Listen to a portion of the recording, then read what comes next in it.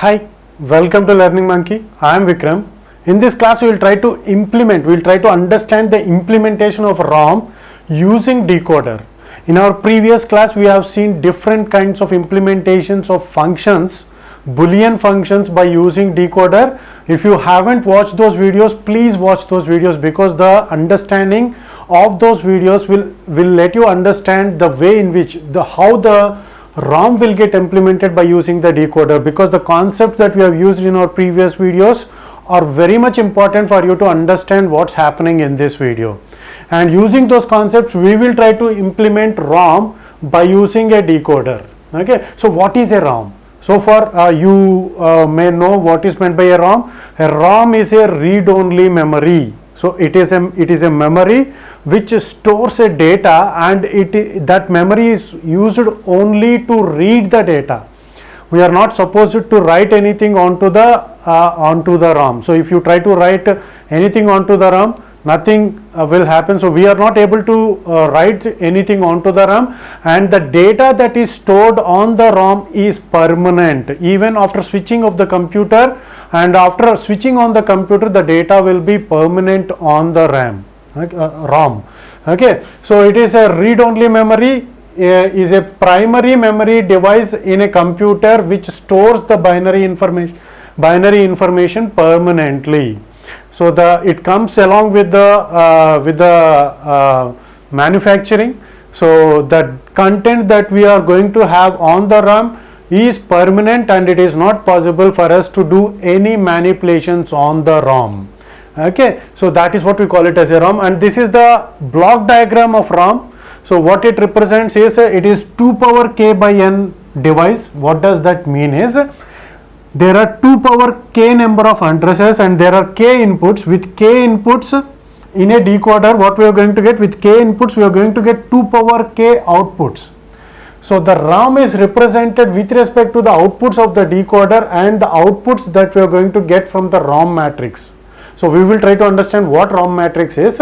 So what this 2 power k represents is, this 2 power k represents the number of addresses, and at each address what is the content that is present. So for example, at each address, if you are having 4-bit content, 4-bit data, that information is what we call it as n outputs. So that at each and every address, the number of bits that we have will get as the output. It is very simple to understand. So at each and every address, the number of bits that are there in the ROM at each and address, they are going to be the n outputs. So we will try to understand about this by using our explanation. For example, if you have a four addresses, 4 memory locations. Okay, so these are 4 memory locations are there, and each memory location is of capacity 4 bits. So we have, and each location is stored with some bits.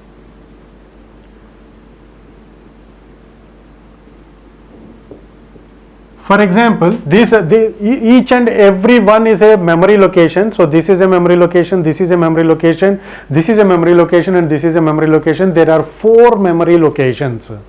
So each and every memory location will have an unique address. So this is the address of 0th memory location. So this is 0th memory location, 1st memory location, 2nd memory location, and 3rd memory location. And each and every memory location is having n bits. Each and every memory location is having n bits. In our case, we are having 4 bits. For example, if you want to obtain the data that is stored, for example, assume that the combination of each, so all these 4 bits, the collection of all these 4 bits at each and every location will make some information. Assume that it is some important information. So combining all those bits, we can get some information. Assume. Okay. So in order to get the data that is stored at location 1, so what is the data that we are going to get at location 1? It is 1101. Okay. So this is what called as a ROM, and this data is permanent. Whatever you do, you cannot change this data. Okay, so you cannot change this data, and this is permanently stored on the memory. If you switch on, switch off, how many times, this data will never be erased or modified. Okay, so this is what we call it as a ROM, and each memory location is represented by its own unique address.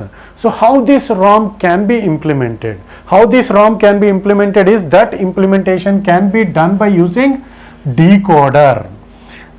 For example, in order to get 4 unique locations, 4 unique addresses, so how can we get that? By using what kind of decoder we can get that? We can get that by using a 2x4 decoder.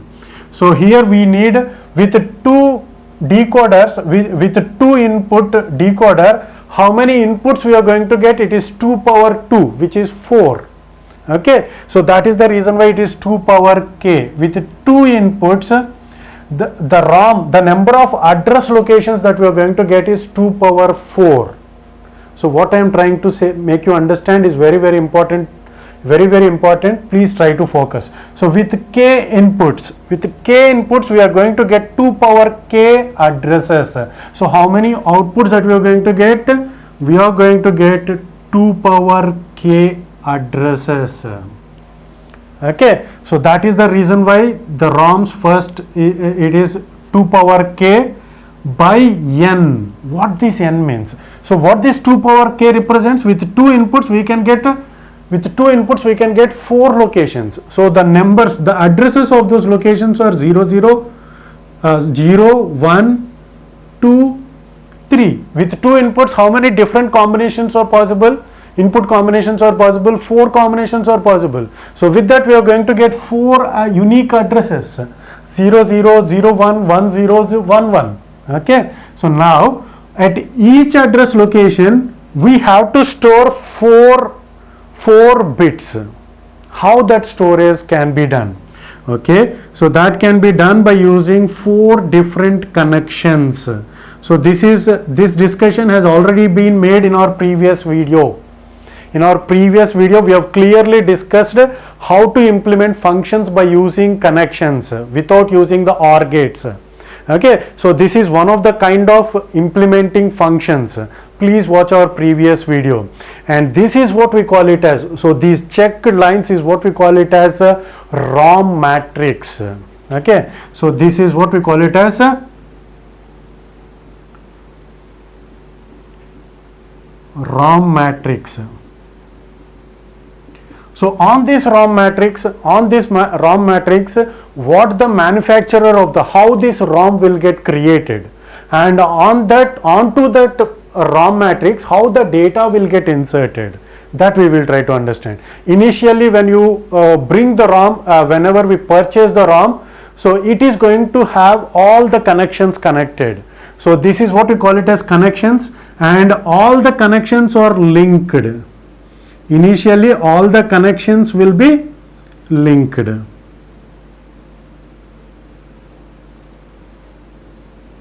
So all the connections on the RAM will be linked initially.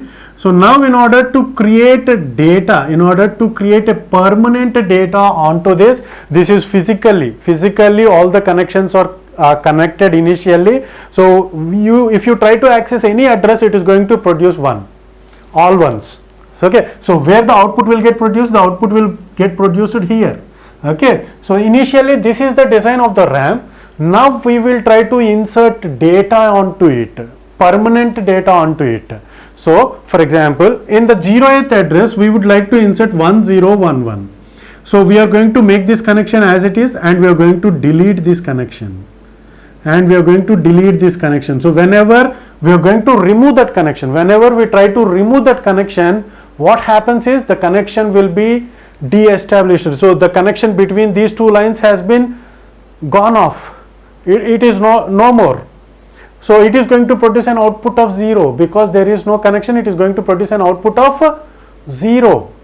So that logic is very important to understand. Now with the removing of these connections, now we are going to implement 1010. Similarly, at the address 1 you would like to insert 1101. So 11 0 means just to remove this connection. 0 1, so it is going to implement 1 1 0 1. Similarly 1 0 0 1 1 0 0 1. So it is all ones, so just keep it connected at all the points. So this is how the permanent storage of the data can be done onto the RAM. So for example, if the input is 0 0, which means you would like to get the data that is stored at the location 0 0, what happens is this one will get activated and a 1 will be passed on to this line, and all the remaining lines will be producing zeros. Okay, if a 1 is produced here, what happens is this will get transferred to this line and this will connect it to this, and this is a 0, this is a 0, so nothing is going to be produced in this onto this line. So this 1 will be transferred and it will be produced as the output 1. Okay, and this is a 0 and all the outputs are 0, so it is going to produce an output of 0. And here we are having a 1, so this 1 will get produced and it will get passed on to this line. And similarly this is 0, so and all these lines are zeros, so it is going to produce an output of 0. So what is the output that we are going to get? It is 1 0 1 0. How many number of outputs that we are going to get? It is n outputs. It depends upon our requirement. If you would like to produce an 8 bits out of the RAM, so we are going to have 8 connections. 8 connections in the sense 8 lines. We are going to have 8 lines. Okay, and if you would like to have only 4 addresses, so this decoder is sufficient. If you want to have 16 addresses, so what is the size of the decoder that we need? It is 4 by 16 decoder. So with the 4 by 16 decoder, and if you would like to have 8 bit on each memory address, so how the RAM is represented? It is 16 by 8, and this is going to be 4 number of inputs. The value of k is equal to 4. 2 power 4 is 16. Are you able to get the point? So that point is very, very important to understand. If you are not able to get the point, if on a single watch, please watch this again and again. And one more point that is very much important to understand is, because most of the bits that you are going to get are based upon this concept. So the concept is how many number of connections are there and how many number of links are there. Here initially when the connections are not removed, the links are not removed, how many number of connections are there? Each and every line is a connection. Each and every line which is capable of transmitting the data is a connection. So the number of connections that are possible are 1 2 3 4 5 6 7 8. 8 connections are possible. Okay, so the number of connections in the ROM, number of connections are 2 power k plus n. N is the number of outputs that we are expecting. So it is 2 power k plus 1. 2 power k is because it is a 4 by 4 ROM. So it is 4 plus 4, 8 connections are there. How many connections? This is one line which is capable of transmitting the data. This is another line, third line, fourth line, fifth line, sixth line, seventh line, eighth line.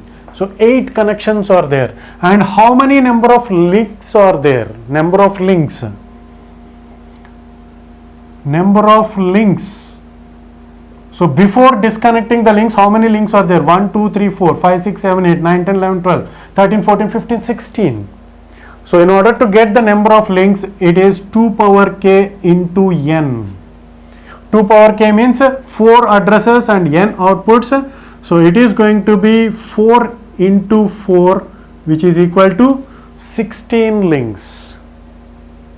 How many links are there? 4 into 4, 16 links. And this mathematical part is very, very important to understand. You will get, there is a chance for you to get some bits on these concepts. Okay, so this is how the implementation of the ROM can be done by using a decoder. Hope you got the clarity on this concept. Thanks for watching. If you haven't subscribed to our channel, please subscribe to our channel and press bell icon for the latest updates. And if you have any doubts regarding this concept, please post your doubts in the comment section below. Thanks for watching.